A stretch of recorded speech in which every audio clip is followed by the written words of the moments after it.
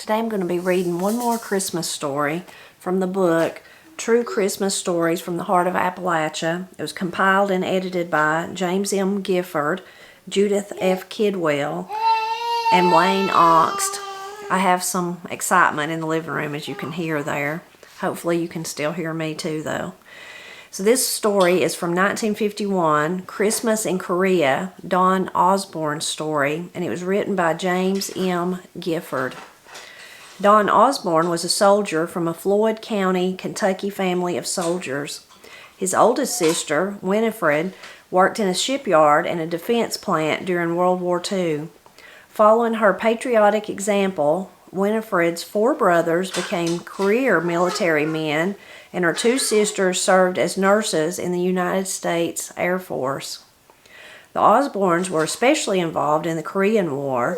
Don, the oldest son, enlisted in the Army in 1947 at age 16. 3 years later, he re-enlisted and was sent immediately to Korea. The first day in Korea, Donald was issued winter equipment, a sleeping bag, 2 blankets, and told to find a place to sleep until he could join his unit the next day. That night, Don slept in a tent with some South Korean soldiers and nearly froze to death. He soon learned that he should have put his blankets on the ground, not on top of his sleeping bag. He also learned that his boots, once removed, had to be put inside his sleeping bag at night to keep them from freezing. Don also learned to keep a dry pair of socks inside his shirt. As with most combat soldiers, the inconveniences that Don suffered paled to insignificance when compared to the dangers. Yet even in the midst of war, Don captured some positive memories. Once the 3rd Division was moved to Korea's east coast to reinforce the 2nd Infantry Division, one night on guard duty, he heard someone approaching. Rather than an enemy soldier, it was his platoon leader bringing Don's brother Ron out to visit him. The brothers visited for 2 days before Don's unit moved back to Korea's west coast. On another occasion, while Don was enjoying some R&R in Seoul, someone tapped him on the shoulder, and Don turned around to see Billy Howard, an eastern Kentucky boy he had grown up with and known since he was 5 years old. Don served as squad leader with the 15th Regiment from February 1951 until March 1952. Don Osborne spent Christmas 1951 in a bunker which was part of the MLR, the main line of resistance, in a war that had started between North and South Korea. When the Russians entered in an active support of the North Koreans, the Americans, under the command of General Douglas MacArthur, entered the war to support the South Koreans.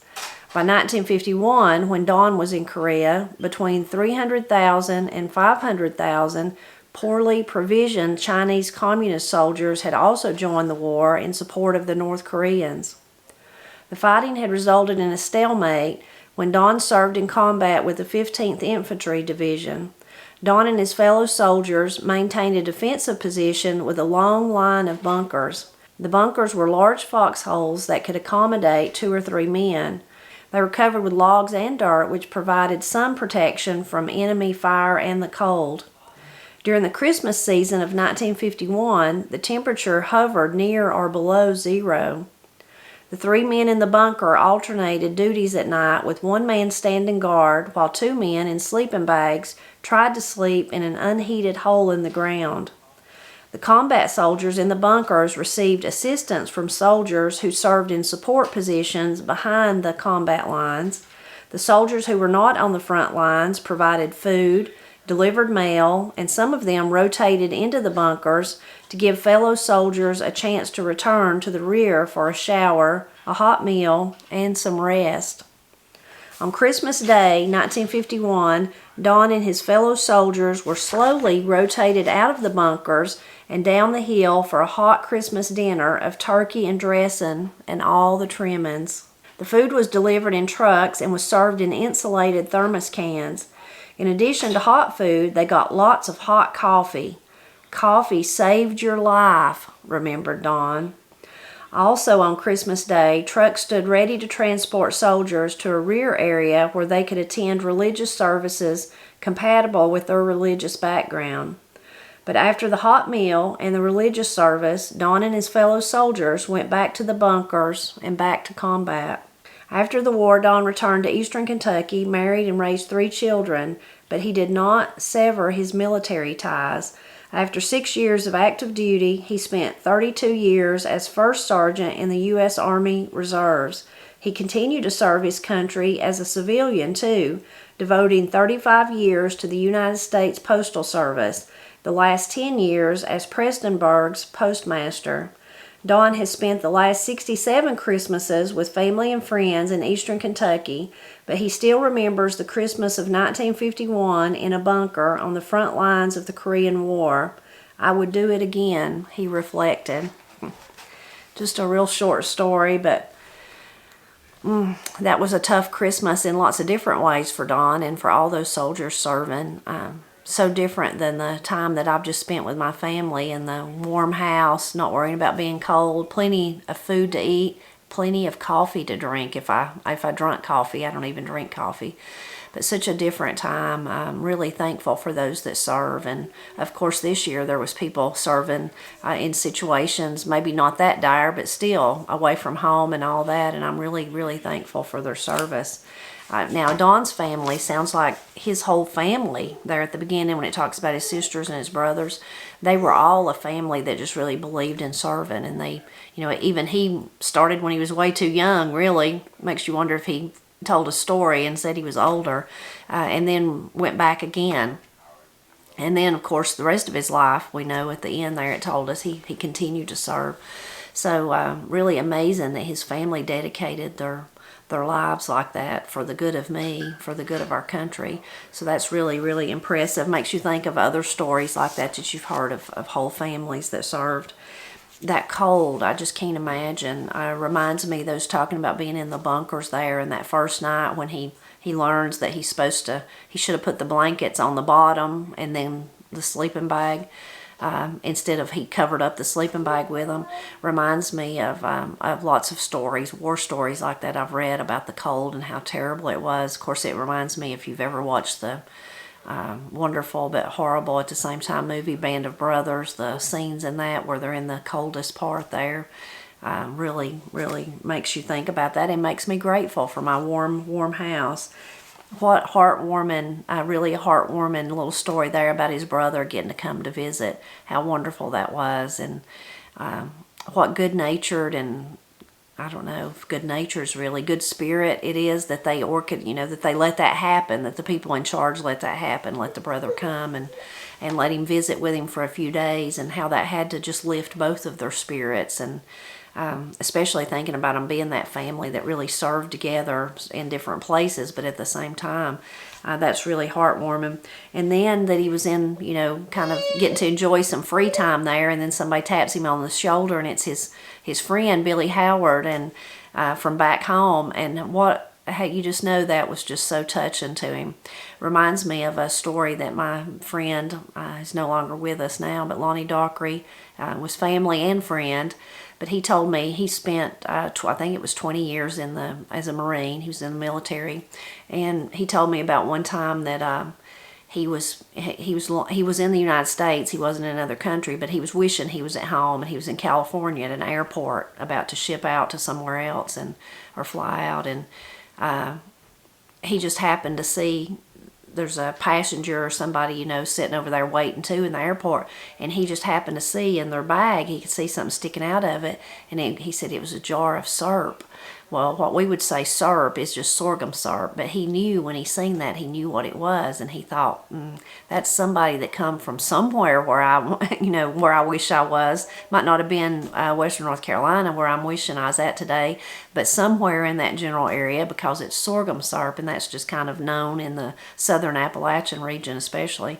And so he struck up a conversation with him, and he said, and he was traveling too, but he said, I'll just never forget how that one little piece of home gave me what I needed, So I imagine that Don felt that same way when Billy tapped him on the shoulder, and vice versa. I'm sure for Billy it was wonderful for him to get to talk to Don and to enjoy each other's company for just a little bit when they were both there in that real serious situation going on and so very far away from home.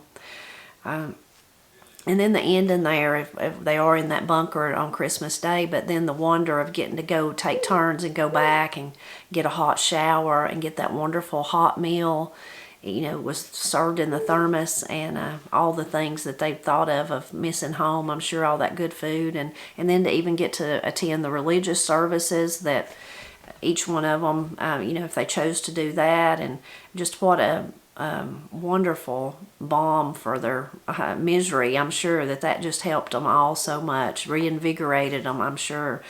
And it is amazing when you, now I've certainly never been in a situation like that, but even when you're in a tough situation, sometimes just a good hearty meal can really do you good. Even nothing to do with being in a tough situation. Even if you've been outside working all day and it's cold and blustery or something. I think about Matt when he's had to do real hard manual labor in the past. Maybe he spent all day out in the cold, from the time he left that morning until he come back late that evening. He's cold and wet and dirty and all that, and just supper just made it all okay. Being able to eat something hot and warm and just took all that misery away from him. So I really, really love that image of them all getting to go back and kind of get warm and maybe take a bath and eat and fellowship and maybe attend those religious services too. So that's just, I'm so glad that they were able to do that for him. I really love though the part where Don, it quotes him saying, "Coffee saved your life." That sounds like so much like what Pap would say. Now, Pap was in the military, but he did not serve in any sort of like combat like this situation like Don did. But that is just so like he would say. Coffee, he was just one of those people that coffee meant the world to him. And he drank coffee every day of the world. If you went to a restaurant where we might get, somebody might get a soft drink or sweet tea, he was going to get coffee, black coffee. That's just what he lived on pretty much, and that really reminded me of him. Coffee saved your life, would save your life.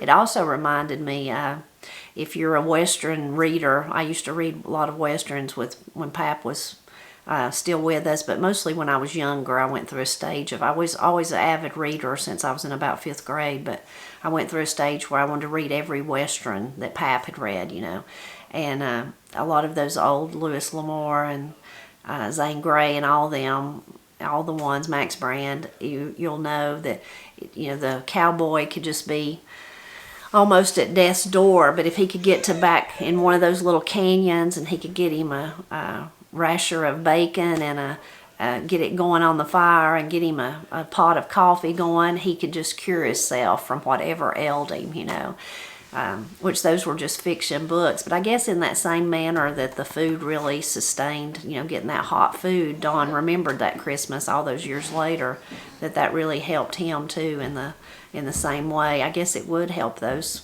cowboys, even though that's, we all kind of tease and laugh about that if you had the bacon and the coffee and you could get back in one of those hidden canyons, you could, no matter how many times you've been shot, you could revive yourself. So I really enjoyed that part. This is the last little Christmas story that I'll read this year. So I hope that you enjoyed. I think it ended up being about 4. I hope you enjoyed them. And I hope that you'll leave your comments today and share any of them about Don and his story. I'm so glad that, I think the man's name was James that wrote it down. I said it at the beginning. I'm so glad that he did, that he documented Don's story. And I hope you'll drop back by next Friday because we'll be starting a new book, and I'll tell you more about that then.